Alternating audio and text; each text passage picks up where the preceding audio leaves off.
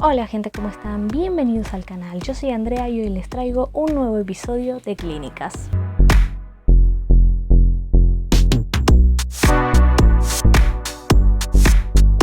El tema de hoy va a ser un poco polémico, así que desde ya se los voy advirtiendo porque vamos a hablar de un tema delicado que es la erotización del sin consentimiento. Así que si son sensibles a esta clase de temas, sigan viendo bajo su responsabilidad.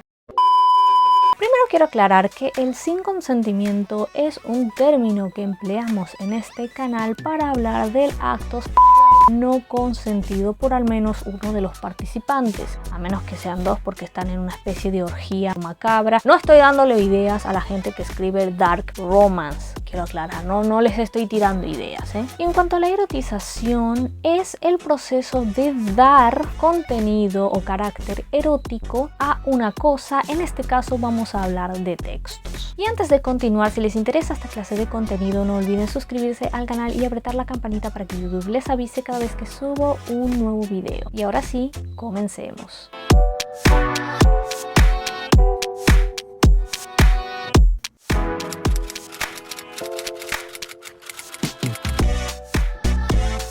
La primera cosa que tenemos que preguntarnos si estamos planeando escribir una escena donde ocurre el sin consentimiento para quizás evitar erotizarla es ¿cuál es nuestra intención? ¿Cuál es la sensación, el sentimiento que queremos evocar?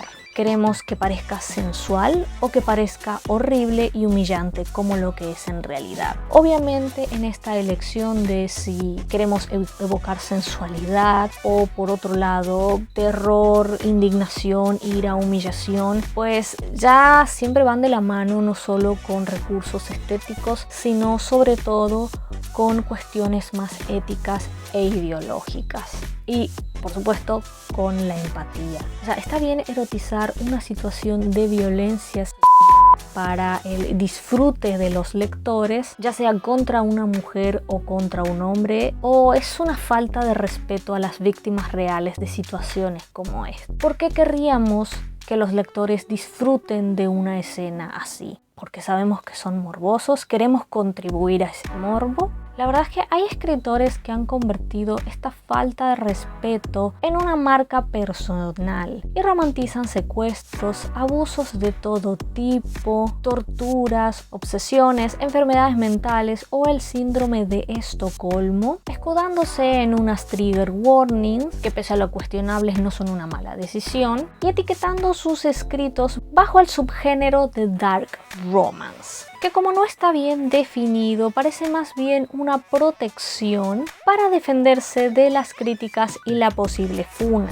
Y no voy a dar ejemplos ni de obras ni de autores, porque sinceramente no quiero que esta clase de textos que romantizan y erotizan situaciones de violencia tengan ningún tipo de difusión, al menos no por mi parte.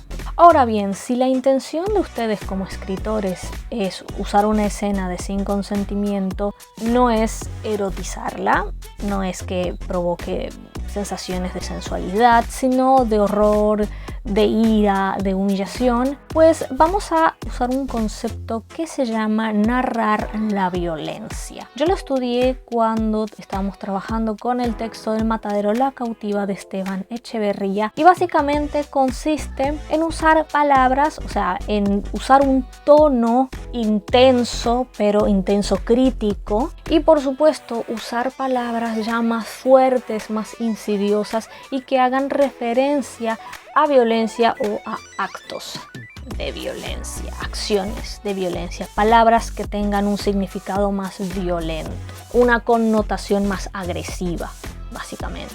Entonces, si lo que vamos a hacer es narrar la violencia, primero que nada, y esto es a preferencia personal, un consejo como teniendo en cuenta mis preferencias personales, es que si no es necesaria, no la hagan explícita.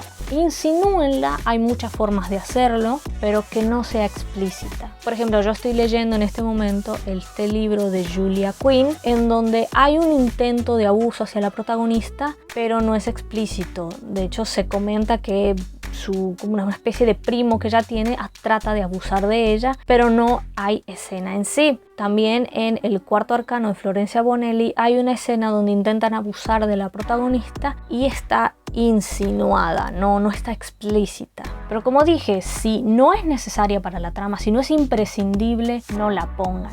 Insinúenla, no la hagan explícita, no la muestren. Ahora, si es indispensable para la trama, no sé a qué motivo respondería, la verdad, ya que con insinuarlo es suficiente, pues ahí sí pueden escoger palabras más agresivas y que hagan hincapié en la violencia, el sentimiento de ira, la humillación. Es algo en lo que muchas víctimas de abuso han coincidido, y es que pasar por una situación así te hace sentir que te arrebatan un pedazo de tu humanidad, dado que te reducen a un mero objeto, o si no, simplemente lo hacen por crueldad.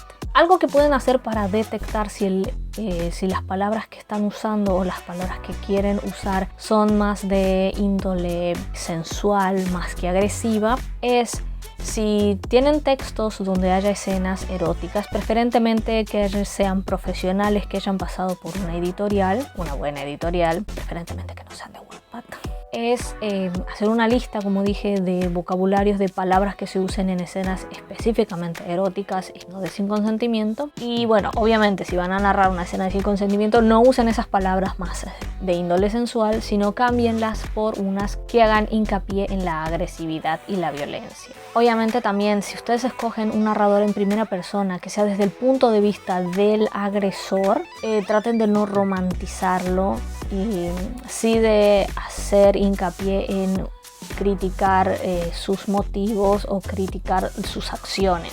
Obviamente si esa es la intención, que si no, ¿cuál va a ser? Y la última es, reflexionen bien, vuelvo a hacer hincapié en esto, en si de verdad es necesario hacer una escena así, de verdad es necesario hacerlo explícito, ya sea que no tengan intención de erotizar una escena así. Pues sí, como dije, preguntarse cuál es la necesidad, ¿para qué hacerla explícita cuando puede ser insinuada? De verdad es que no hay necesidad, yo creo, de erotizar una escena así, siendo que es algo que pasa en la vida real y que deja muchas víctimas, no solamente mujeres, hay hombres que también pasan por eso y es terrible, pero pongámonos a pensar un poco en víctimas de esta clase de cosas. Y voy a hablar de un hecho puntual que yo estaba leyendo cuando hubo todo este boom de 50 sombras de Grey, y es que hubo una persona que hizo un blog hablando del libro, no bien, porque era una persona que pasó por una relación de violencia, una relación tóxica, y contó que muchas veces ese libro la hizo llorar hasta donde aguantó leerlo, pero después se dispuso a leerlo completo para poder hacer un blog sobre todo lo que estaba mal y romantizado en ese libro. Y la verdad fue un blog muy bueno, o sea, yo lo iba viendo porque iba haciendo como cada 5 capítulos que leía iba haciendo el blog y contando lo que estaba mal, e incluso referencias a actos en sí que estaban medio raros. Y de hecho contaba, yo no llegué hasta esa parte cuando traté de leer 50 sombras de Grey y me rendí como en unos 5 capítulos, que hay una escena donde la protagonista se niega a tener relaciones con el personaje de este Christian Grey, y él termina como forzándola y ella termina disfrutando de eso. Y la chica dijo que simplemente le dolió leerlo porque era como, lo estaba mostrando como si, no, es que, pero al principio ella no quería, pero después sí. Cuando no es no, o sea, no es no. Y eso ya transgrede el terreno de lo fantasioso, ya se va hacia otra clase de cuestiones que son muy, muy peligrosas. Y afortunadamente sacaron esa escena en la película. No hubo de eso en la película, porque la película sí la vi y era aburridísima. En fin, viviendo en un mundo donde por lo general si una mujer denuncia un ataque que le hacen sin consentimiento básicamente, pues no todo el mundo se lo toma en serio.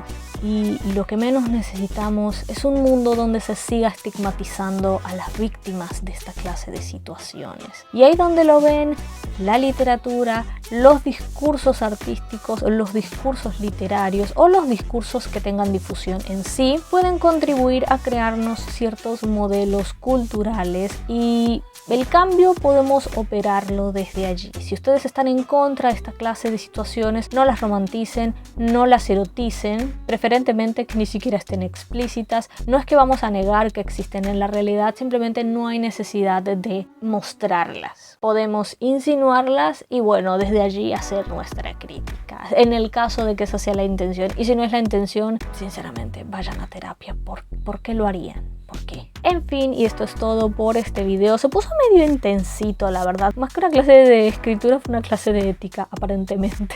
Si les ha gustado este video, no olviden dejar su pulgar arriba y si les interesa mi contenido se pueden suscribir. Espero que estos consejos les hayan servido para su ficción o para reflexionar acerca de estas cuestiones. El próximo tema que vamos a tratar en esta sección es el cambio de narrador, pero no de léxico ni de punto de vista, y cómo podemos trabajar en esto. Yo por mi parte me despido, nos vemos en la próxima ocasión. Muchas gracias por su atención, gente, y adiós.